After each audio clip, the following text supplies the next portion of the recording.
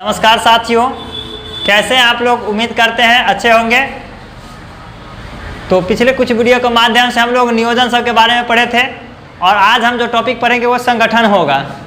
तो संगठन के बारे में समझते हैं कि संगठन होता क्या है, संगठन कैसे की उत्पत्ति कैसे हुई, किस तरह से उसका विकास हुआ, सारे बातों को हम लोग पढ़ेंगे। तो देखते हैं संगठन क्या है। तो हम लोग जानते हैं सबसे पहले एक एग्जाम्पल के आधार पर हम लोग देखते हैं मानव के शरीर। क्या देखते हैं? मानव के शरीर। तो मानव के शरीर जो होता है, मानव का जो शरीर है वो विभिन्न अंगों से बना है, जैसे आँख, मुंह, कान, नाक, हाथ, पैर, ETC कर दिए। इस तरह से यह सारे कुछ से क्या है, बना है। लेकिन सब का काम अलग अलग है, लेकिन सब क्या करता है, मिलकर कुछ ना कुछ काम करता है। सब क्या मिलकर क्या करता है, मिलकर काम करता है। तो मानव के शरीर के तरह ही हमारे यहाँ जो जितने भी व्यवसाय चलता है, कंपनी चलता है, वह मानव व्यवसाय मानव के शरीर के तरह है। उसमें भी अनेक क्रियाएं होते हैं। क्या होते हैं? अनेक क्रियाएं होते हैं। उत्पादन की क्रिया, विक्रय की क्रिया, वस्तु बनाना, इसके बाद वस्तु पैकिंग करने की क्रिया, वस्तु पर प्रिंटेड करने की प्रक्रिया, ये सारे प्रक्रिया।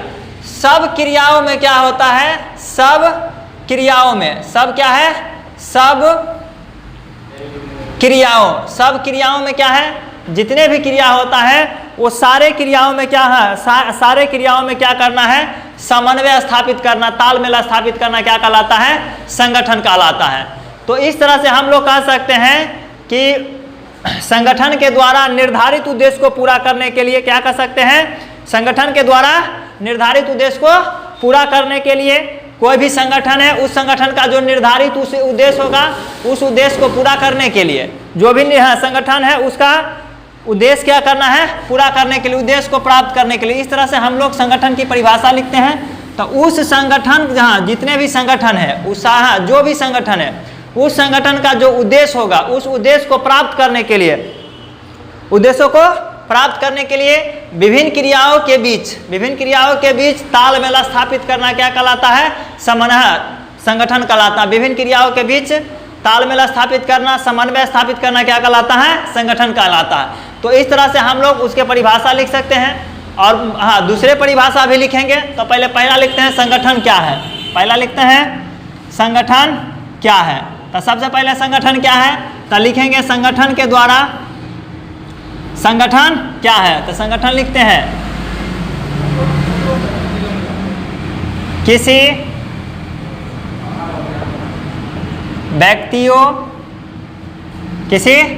व्यक्तियों या संसाधनों के ऐसे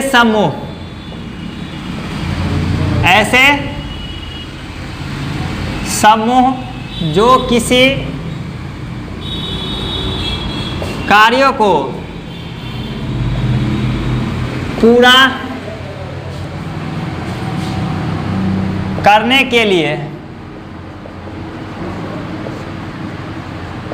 एकत्रित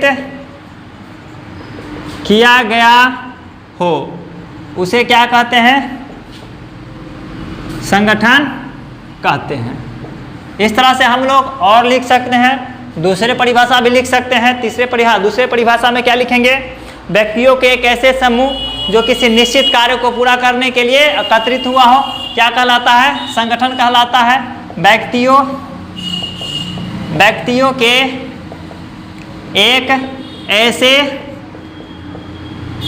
समूह जो किसी निश्चित कार्यों को पूरा करने के लिए एकत्रित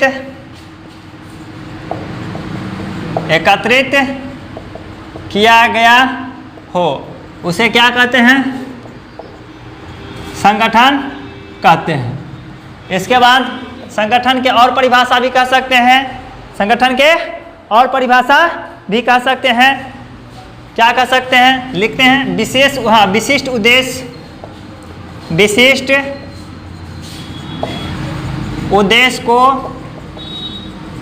प्राप्त करने के लिए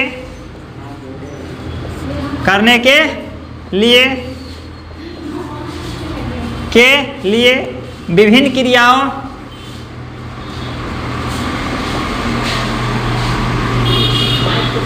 क्रियाओं के बीच तालमेल स्थापित करना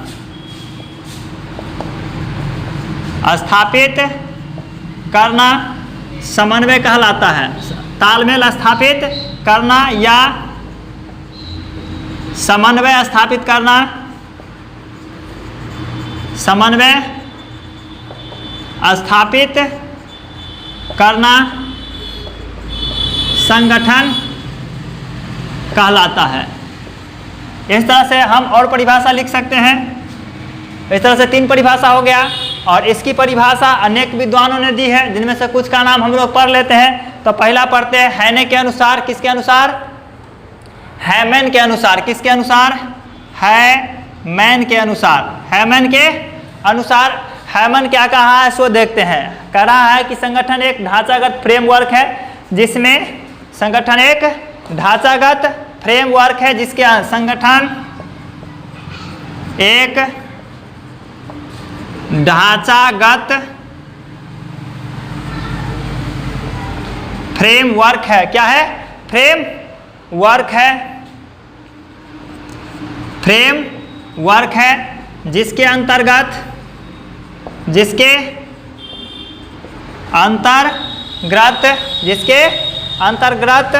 विभिन्न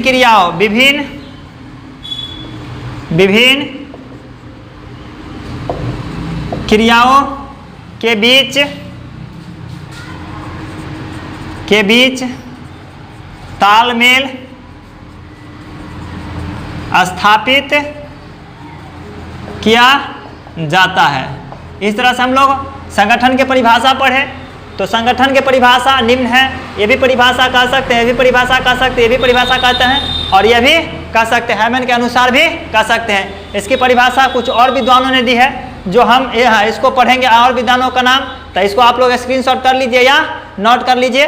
और इसके बाद हम लोग मैकफार्लैंड के अनुसार देखते हैं। मैकफार्लैंड कहा है कि संगठन का अभिप्राय व्यक्तियों के ऐसे समूह से है, व्यक्तियों के ऐसे समूह से है जो विशेष कार्य को, विशेष समूह से है जो किसी कार्य को करने के लिए सम्मिलित हुआ हो। जैसे किसी कार्य को करने के लिए क्या होगा?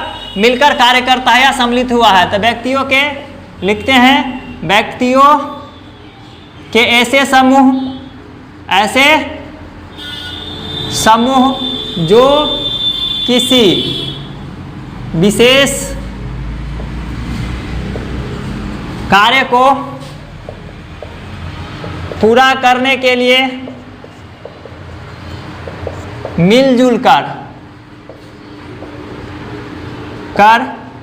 कार्य करता है। इस तरह से हम लोग इसके परिभाषा लिखें। परिभाषा के बाद हम लोग संगठन के प्रकार पढ़ लेते हैं। तो संगठन जो है, संगठन 2 प्रकार के होते हैं। कितने प्रकार के? 2 प्रकार के होता है। एक है औपचारिक संगठन, औपचारिक संगठन, और दूसरा अनौपचारिक संगठन।